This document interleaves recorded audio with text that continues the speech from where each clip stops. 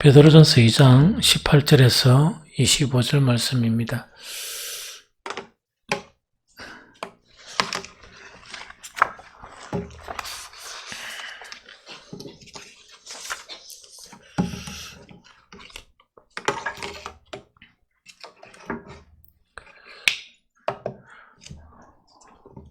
함께 읽도록 하겠습니다. 사원들아, 범사에 두려움으로 주인들에게 순종하되 선하고 간용하는 자들에게만 아니라 또한 까다로운 자들에게도 그리하라. 부당하게 고난을 받아도 하나님을 생각함으로 슬픔을 참으면 이는 아름다우나 죄가 있어 매를 맞고 참으면 무슨 칭찬이 있으리요. 그러나 선을 행함으로 고난을 받고 참으면 이는 하나님 앞에 아름다우니라. 이를 위하여 너희가 부르심을 받았으니 그리스도도 너희를 위하여 고난을 받아사 너희에게 본을 끼쳐 그 자치를 따라오게 하려 하셨느니라. 그는 죄를 범하지 아니하시고 그 입에서 거짓도 없으시며 욕을 당하시되 맞대어 욕하지 아니하시고 고난을 당하시되 위협하지 아니하시고 오직 공의로 심판하시는 이에게 부탁하시며 친히 나무에 달려 그 몸으로 우리 죄를 담당하셨으니 이는 우리로 죄에 대하여 죽고 의에 대하여 살게 하려 하심이라. 그가 채찍에 맞음으로 너희는 나음을 얻었나니 너희가 전에는 양과 같이 길을 잃었더니 이제는 너희 영혼의 목자와 감독다지신 이에게 돌아왔느니라. 아멘. 오늘 읽은 베드로전서 2장 18절에서 25절에 보면 이거를 좀 관점을 가지고 이 성경을 또 읽으면 참 도움이 돼요.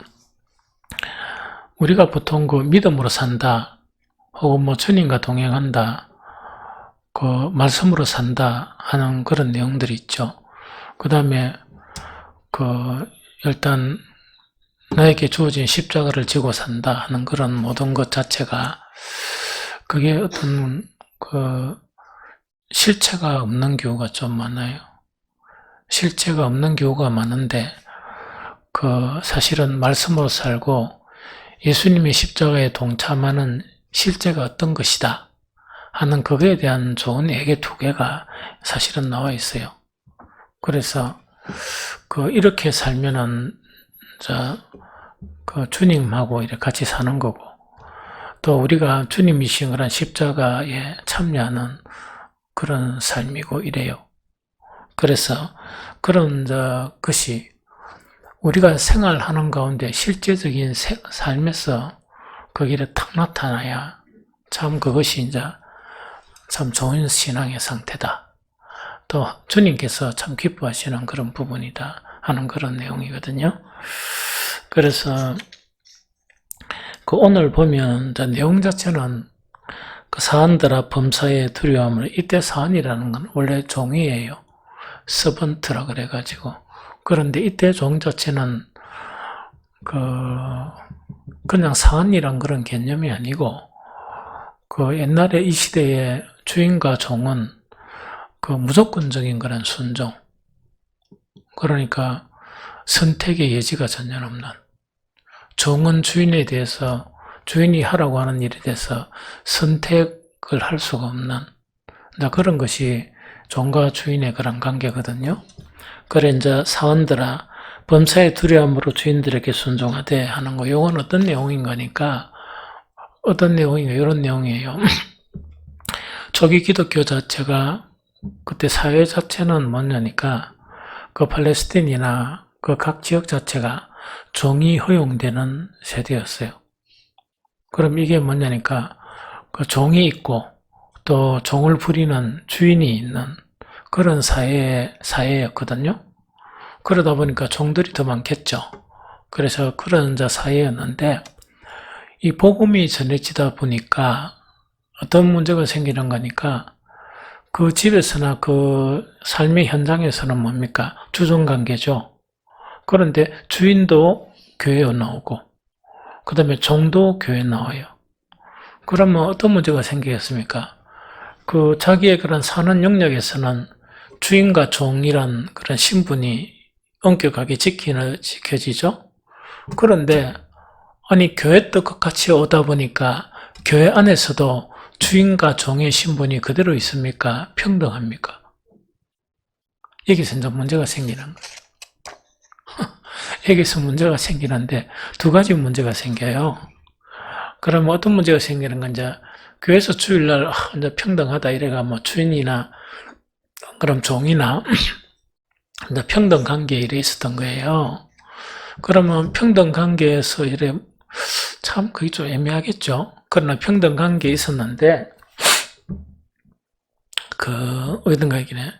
다시 이제 자기 삶의 자리에 가면 교회 평등 관계에 있었던 주인이 있고 종이 있는 거야. 그럼 종은 어떻게 될 경우가 있습니까? 교회 다니기 전에는 그 주인에게 무조건 순종했겠죠? 그런데 이 교회 다니고 난 이후에는 뭐가 되겠습니까? 순종하지 않는 그런 형태가 자리 잡게 되죠? 그러면은 이 좀 애매하죠. 그래, 이런 상태를 이야기해요. 그래서 여기서 사람들아 범사의 두려움으로 주인에게 순종하되 하는 것은 뭐냐니까 교회에서는 평등이 없는 그런 사회지만 일단 그 사회 제도 자체가 종의 제도가 형성이 되어 있고 허용이 되어 있고 그 다음에 주인이 있고 종이 있잖아요. 그러면은 그 사회에서는 사회 제도에 순종을 해서 종들은 뭐냐 교회에서 평등하다고 이래가 삶의 터전에 가서 나 일어날래요. 그 다음에 청소하러 가면 당신이 하시오. 이래 버리고 이래 하지 말라는 거거든. 그런데 이제 우리 교회사에 보면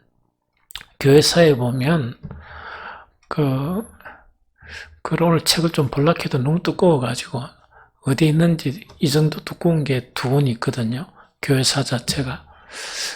이 찾는 게 너무 이제 힘이 들어가지고 안 봤는데 초기 교회 자체가 한 교회였다가 교회가 분리됐습니다. 분리돼가지고 그래도 두 교회 다 억수로 이제 좋은 상태로 계속 성장을 했어요. 우리나라는 이 복음이 들어올 때 뭐가 있습니까? 양반이 있었고 상놈이 있었잖아요. 그렇죠? 이 양반이고 상놈이 있었는데 이 교회에 양반과 상놈이 있었던 거야. 이래 있었단 말이야. 그런데 장로로 세우면 옛날에도 이제 투표회가 이제 세운단 말이야. 이 양반이 떨어지고 누가 되었어? 쌍놈이 되어본 거야. 실제로 우리 역사에 있었던 거야. 그러니까 양반 측에서 가만히 있겠어요? 아니겠지. 그래가 반대가 교회가 분리가 됐어요. 그런데 안 좋게 그렇게 분리가 된 그런 가운데 있었지만 양반교회도 유명한 교회로 남아있었고 상놈교회도 유명한 교회로 남아있었고 이렇게 된 경우가 있어요. 그래서 항상 시대 자체는 그 시대에 어떤 상황이 있다, 그죠? 그런 상황 속에서 이런 문제가 일어났던 거야. 그래서 사람들아 범사에 두려움으로 주인들에게 순종하라는 것은 그 시대의 사회 자체가 그런 시대 같으면 그 시대를 인정하는 거예요. 예수님 시대도 뭔가니까 그 열심당원들이나 그 다음에 이렇게 이제 민족주의자들이 있죠. 유대교 민족주의자들 이런 사람들이 왜 됩니까? 로마에 저항하면서 맞죠? 로마에 저항하고 그 다음에 막 이런 상황 가운데 있었거든요. 그 다음에 세리라는 거는 세금을 걷다가 로마에 바치는 사람이니까 유대사에서는 개취급을 한 그런 상황이었어요. 그 당시에 이제 예수님이 이러겠다고 이제 예수님한테 그들이 시험하려고 그 다음에 이 가이사에게 세금을 바치는 것이 옳은가 나쁜가 이걸 이제 예수님을 시험하시는 거예요. 그럴 때 예수님은 뭔가니까 우리가 다 일어나서 로마를 이렇게 함락시키자. 하는 거였으면 예수님이 혹시나 십자가를 안 지셨을 수도 있었을 거예요. 그런데 예수님은 뭐냐? 가이사의 것은 가이사에게, 하나님의 것은 하나님께 드려라. 요런 상황이라. 그래서 사회적인 제도 자체에 대해서 기독교는 무너뜨리려 하는 게 아니고 그 사회 제도를 지키되 그 안에서 참 자유, 또 참 진리를 구가하는 것이 기독교의 그런 정신이다 하는 그 이야기죠. 그래서 그 18절에 사원들아 범사에 두려움으로 주인에게 순종하되 하는 것은 그런 사항이라. 그런데 요거는 요런 사항이고, 그 뒤에 보면은 우정가니까나 순종하되 선하고 간용하는 자들에게도만 아니라 또한 까다로운 자들에게도 그리하라 그러면서 19절에 보면 아주 중요한 말씀이 있어요. 이거는 꼭 요 시대에만 적용하는 게 아니고 계속 우리가 신앙생활하면서 늘 적용되는 이야기라. 19절에 보면 부당하게 고난을 받아도 하나님을 생각함으로 슬픔을 참으면 이는 아름다우나 죄가 있어 매를 맞고 참으면 무슨 칭찬이 있으리요. 그러나 선을 행함으로 고난을 받고 참으면 이는 하나님 앞에 아름다우니라 하는 요 말씀입니다. 그럼 요거는 어떤 이야기인 거니까 주종관계가 형성이 되죠. 주종관계가 형성이 되면 그냥 그 종이 잘못해가지고 주인한테 매맞고 핍박을 받으면 그건 당연한 거죠. 그걸 이야기하는 게 아니고 애매히 고난을 받는 거, 아무 잘못도 없이 이렇게 고난을 받고, 심지어는 이거는 꼭 주종관계가 떠나서 우리가 살아가면서 선을 행하는데, 나는 선을 행한단 말이에요. 선을 행하는데 이 고난받는 경우가 나타나게 돼요. 이게 무슨 말겠죠? 그러면은 아무 잘못도 없는데 이렇게 고난을 받고, 또 선을 행하는데 전혀 악을 행하려고 하지는 않았단 말이야. 선을 행하는데 이 고난을 받는 이 경우가 생겨버린 거야. 그러면 이 경우가 생기면 어떻게 반응을 합니까? 그걸 억울해하거나, 안 그러면 저항하거나, 안 그러면 항변하거나, 여러 가지 이렇게 문제가 일어나겠죠. 안 그러면 싸움을 하거나, 이 여러 가지가 있다, 그죠? 맞죠?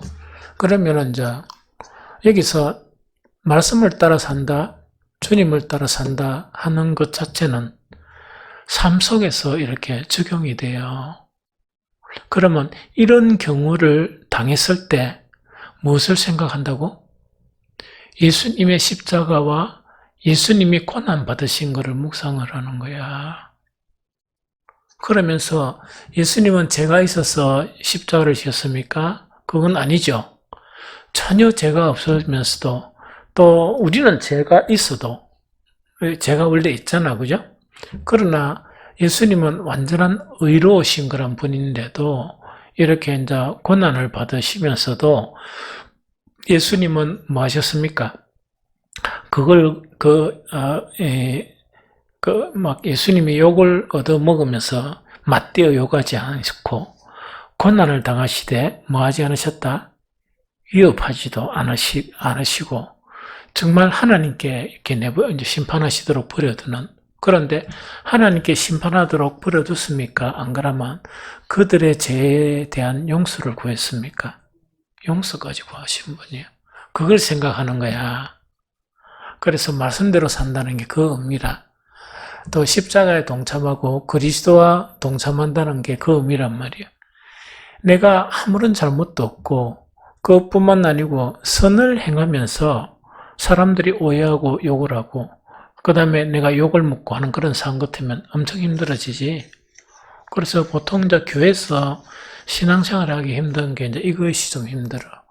왜 힘든가니까, 교회에서 봉사하고 헌신하는 것이 우리의 이익을 위해서 합니까? 주를 위해서 합니까? 주를 위해서 하잖아. 가만히 있으면 욕을 안 얻어먹어. 그러나 뭔가 주님을 위해서 일하면 그때부터 욕을 얻어먹어요. 왜 그러냐니까, 우리가 완전한 사람입니까? 불완전한 사람입니까? 불완전한 사람이라. 불완전한 사람인데 나는 그래도 주를 위해서 봉사하고 주를 위해서 선을 행한다 했는데 우리는 예수님이 아니기 때문에 예수님만큼 그렇게 선을 행할 수 없죠. 그러면 우리에게 조금 이렇게 모순이 있습니까? 없습니까? 있겠죠? 그것 때문에 우리는 이제 이 고난을 당하는 경우가 많고, 그 다음에 또 구설수에 있는 경우도 많고 막 그래요. 그러면 참 생각하면 안타깝죠. 교회 다니면서 세상 사람을 통해서 핍박을 받으면 참을 수 있지. 그런데 견디기 힘든 게 교회 다니는 사람들한테 고난을 받으면 엄청 슬퍼요. 그런데 그렇게 생각하면 돼. 주님을 생각해야 돼. 뭘 생각한다? 주님의 십자가를 묵상하면서 의되는 거니까 주님의 십자가를 생각하면서 슬픔을 참는 거야. 슬픔을 참게 되면 오인다고. 그것이 너무나 아름다움이다 하는 그 이야기입니다. 이해됩니까? 그러면 말씀을 적용한다, 말씀대로 산다는 것은 이하고 유사한 상황이 되면 늘 주님을 생각하고 주님의 말씀을 생각하면서 이렇게 해결해 나가는 습관이 있죠. 이것이 말씀을 따라 사는 것이고, 이것이 또 주님의 그런 십자가의 길을 걸어가는 것이에요. 이해되는 거 알겠죠? 그래서 이렇다 하는 그걸 이야기하고요. 그 다음에 이렇게 되면 아름답게 된다, 그죠? 이때 아름답다는 내용 자체는 뭐냐? 아름답다도 맞고, 그 다음에 매력이 있다. 그 다음에 우아하다. 이런 내용도 맞아요. 그러면은 우리 사람이 아름다워지고 매력이 있고 우아하게 되는 거는 우리 사람의 본성이죠. 그래서 우리 여인들은 어떻게 합니까? 화장을 억수로 이렇게 좀 많이 하잖아. 우리 교인들은 또 화장을 좀 하는 게 좋아. 기본적인 화장은 에티켓이다 그러더라고. 여인들이 세수도 안 하고 머리도 안 감고 다니지 말고 머리도 한 번씩 이래 하고 파마도 한 번씩 하고 화장도 좀 하고 그게 이래. 그런 부분이야. 그런데 이제 우리 사람이 좀 아름답게 보이고 매력적으로 보이기 위해서 돈을 많이 투자하잖아. 그렇죠? 투자한단 말이야. 그런데 이제 사실은 보면 원래 아름다움 자체 남자나 여자나 마찬가지야. 아름다운 사람은 물론 기본적으로 예의상 깨끗하게 이렇게 머리도 좀 단장하고 빗고 세수도 좀 하고, 남자들은 면도도 좀 하고, 꼭 내한테 하는 이야기네. 그렇게 좀 하고 이래 다녀야 돼. 이해됩니까? 그래서 이제 그렇게 하지만은 그것은 그냥 기본적인 예의에 불과하고 실상의 아름다움은 내면에서 풍겨져요. 내면에서. 그래서 우리는 내면의 아름다움을 구축해 나가야 되는데, 어떤 때는 보면 너무나 아름다움을 꾸미는데도 이게 단장을 해도 아름답게 보이지 않고 어떻게 보이는 경우가 있습니까? 좀 천박하게 보이는 경우가 참 많아요. 그러면 공들이가 단장했는데 천박하게 보이면 돈이 없어서 아깝잖아. 그리고 단장한 노력이 너무나 아깝잖아요. 그래서 우리는 내면을 단장을 하면 그 모양은 기본적인 것만 하더라도 뭐냐니까 별로 관계가 없어요. 좀 이해가 됩니까? 아름답게 된다는 그 이야기입니다. 그러면 옛날부터 이 시대 같으면 이 모든 부와 권력이 있는 주인이 있고 종이 있으면 누가 아름답고 누가 매력 있어야 됩니까? 주인이 그래야 되잖아. 그런데 안 그런 경우가 있어요. 그게 이제 어떤 경우가 하니까 옛날에 노예제도 있잖아요. 노예제도의 영화를 이래 보면 물론 그 주인이 아름다운 주인도 있지만은 권력을 가지고 부를 가지고 이래 있으면서도 아주 천박하게 보이는 이 주인들이 있고, 그 다음에 매를 맞고 고통을 당하는 그 흑인 노예들이 있죠. 노인 중에서 정말 아름답게 보이는 노예들이 있어요. 그러면은 어떻게 하면 아름답게 보이느냐 하니까 뭐라고요?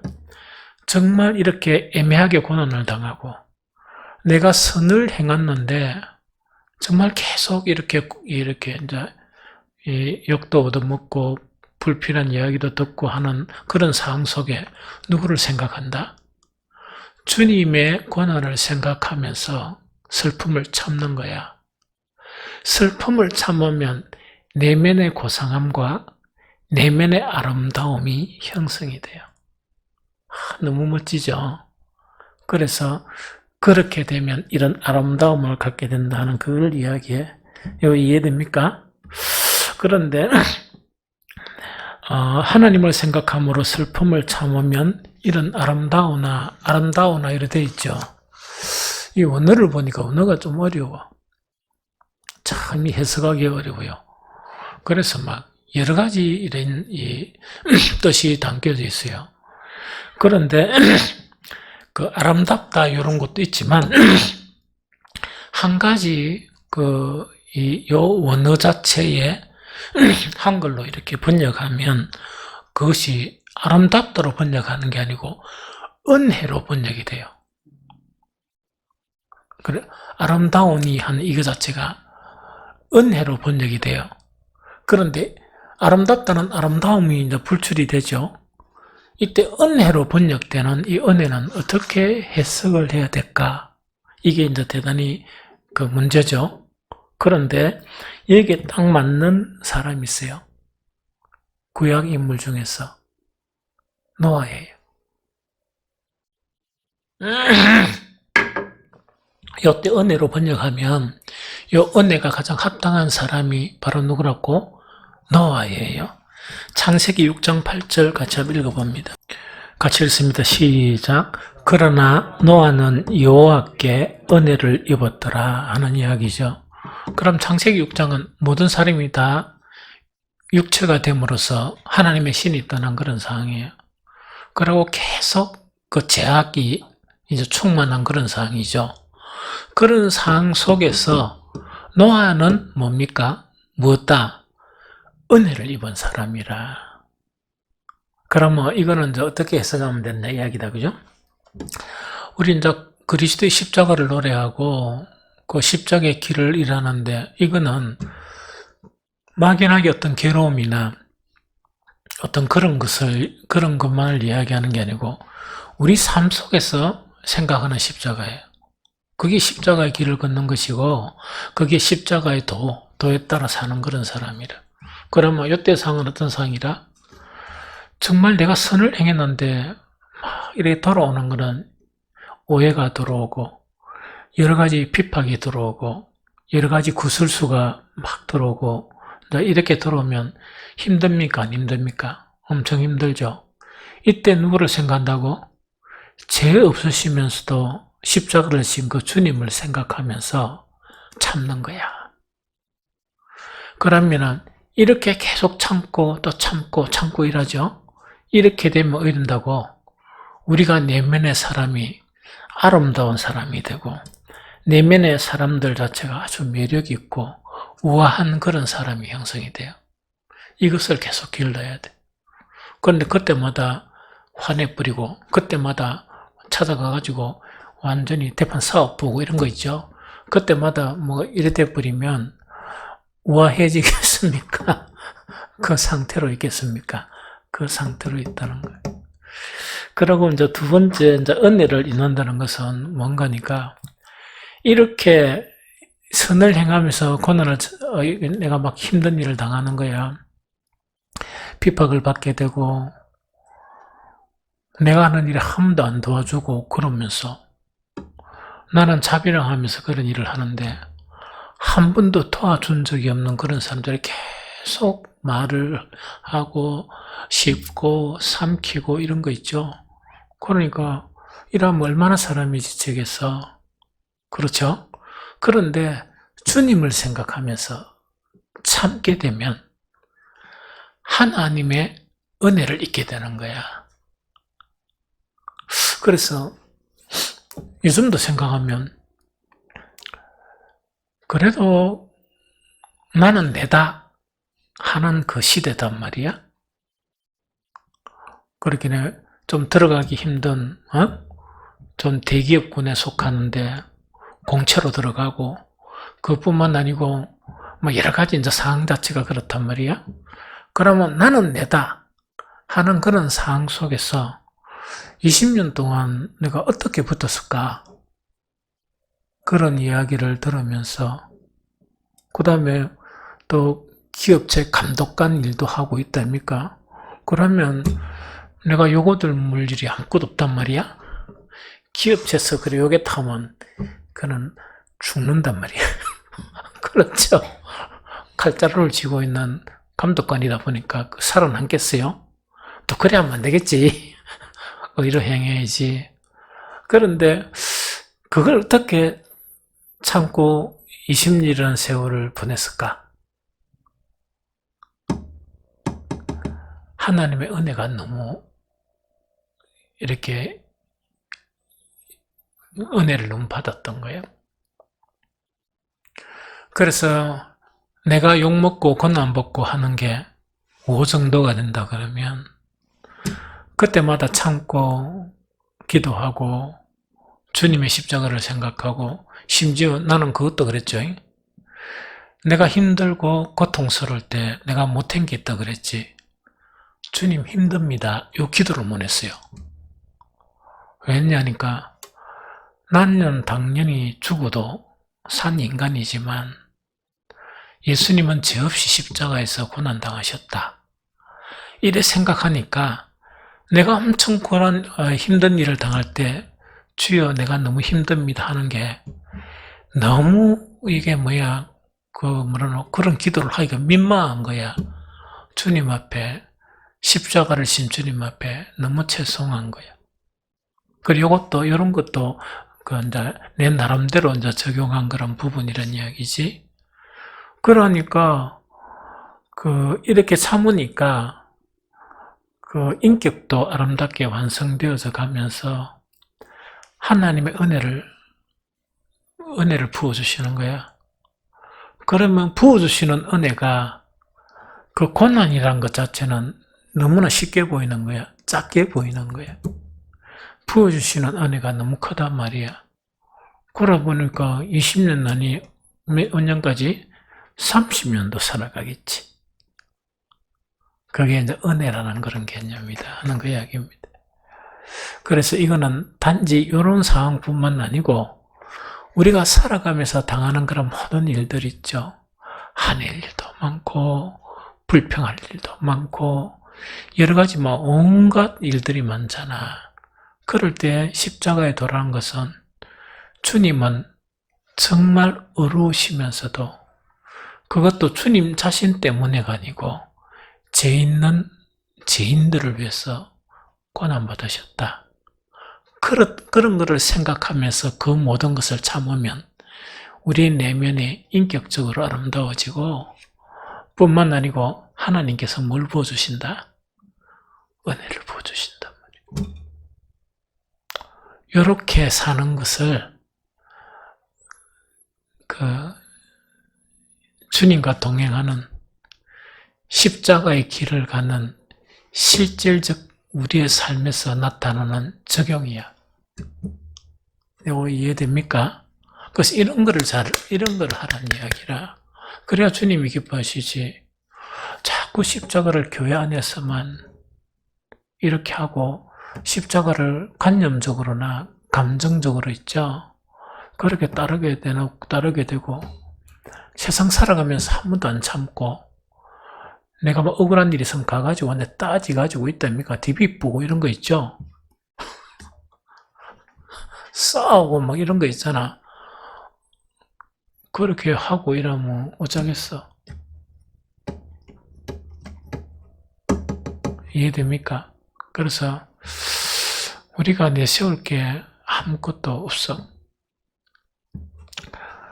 근데 나는 한 번씩 못 참은 게 하나가 있었어요. 그게 뭔가니까, 지금도 마찬가지지만, 누가 주님을 이용한다 이러면 분이 일어나는 거예요. 주님을 이용하고 있다 생각하면 내가 인상이 싹 변하면서 억수로 차갑게 변하면서 막 누구하겠노 이래 한 번씩 다투거든요. 그게 왜냐니까 감히 우리 주님을 건드리다니 이런 거 있죠. 그죠? 그러고 또 주님 주신 그런 건의 자체를 무시하면 화가 엄청나요. 무슨 말인지 좀 알겠습니까? 그래서 주님과 연관된 그런 부분인데 생각해 보니까 그것까지도 이렇게 주님의 십자가를 생각하면서 참고 인내하는 것이 좋은 일인지도 모른다 하는 그런 생각이 들어. 안 그러면 견딜 수가 없겠죠.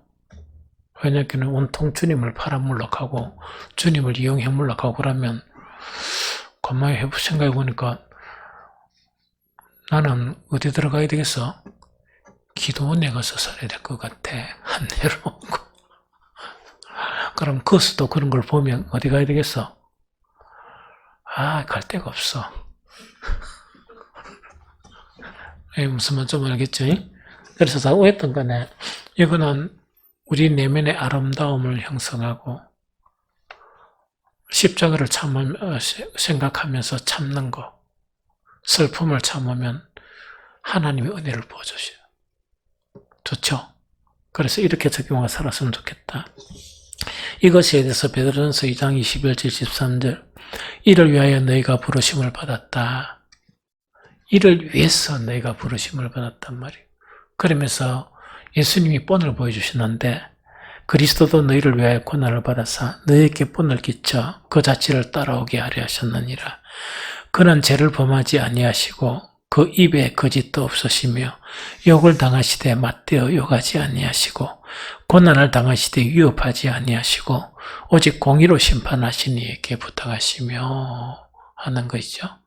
그래서 이게 실질적으로 그런 것이다. 그래서 자꾸 종교적으로 살지 말고 살아가는 삶의 현장에서 말씀을 적용하는 삶을 사시기 바랍니다. 그래야 고상한 사람이 돼. 그래야 예수 그리스도의 형상이 우리에게 나타나. 이해되죠? 그 다음에 이제 예수님의 십자가에 동참하는 실질적인 예를 탁 이렇게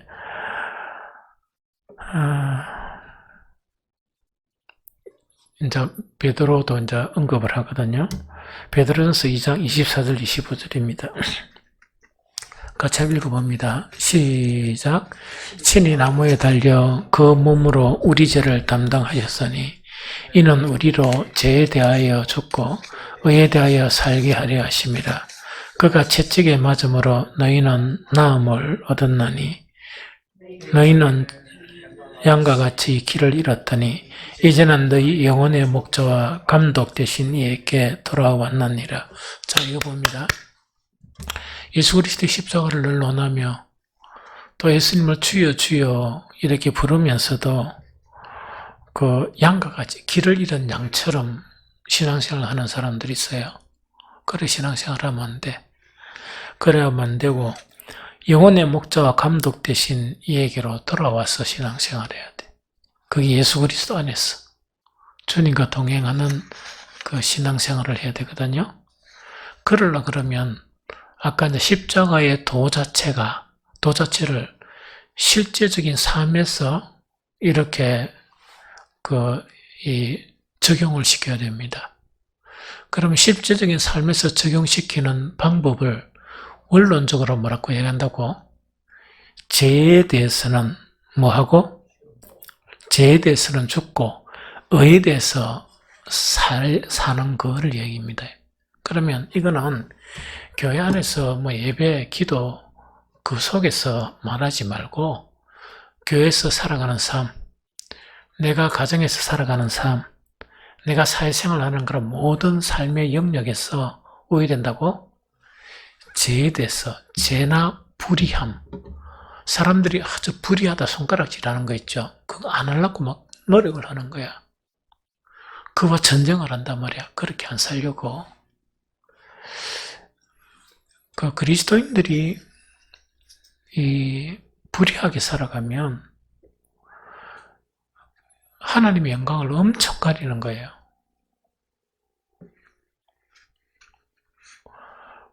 십자가에 달리신 예수님을 엄청 욕먹이는 거야. 그래서 주님의 십자가 달리신 그것을 이렇게 욕을 먹이거나 그것을 무효로 만든단 말이야. 그럼 그 죄가 얼마나 크겠어. 그걸 하면 안 되거든. 이해됩니까? 그래서 우리는 어렵게 살아야 돼. 어디에서 밥을 먹을 때나 식당에 갈 때나 여행 갈 때나 사회생활의 전역에 걸쳐서 어렵게 살아야 돼요. 그 다음에 불의하게 안 살도록 노력을 해야 되고, 그것이 십자가의 길이다. 그것이 십자가의 길이다. 십자가의 길이 실제다는 걸 이야기합니다. 그래서 실제 삶을 통해서 이 두 가지 원칙이 있죠. 오늘 베드로전서 2장 18절에서 25절에서 제시한 원칙이 있죠. 이것이 우리 삶에 나타나야 됩니다. 이거를 발견할 수 있는 게 지혜야. 그래서 모르겠으면 지혜를 구해. 이래야 그리스도인의 삶이야. 이래야 하나님이 기뻐하시는 삶이라. 이거 좀 이해가 됩니까? 그래서 우리가 한 말씀이라도 이렇게 실제로 적용하는, 실제로 실천하는 이런 삶이 있죠. 이런 삶으로 세상으로부터는 하나님을 영화롭게 하고, 그 다음에 우리가 존귀하게 되어지는, 또 우리 살아있는 우리가 바로 복음이 되어지는, 내가 그렇게 안 살고 백날 복음을 전해봐야 복음의 능력이 있겠습니까? 능력이 없어. 이해됩니까? 그래서 실제 말씀을 오늘 본문의 말씀들은 적용하는 그런 참된 그리스도인이 되시기를 예수 그리스도 이름으로 축복합니다.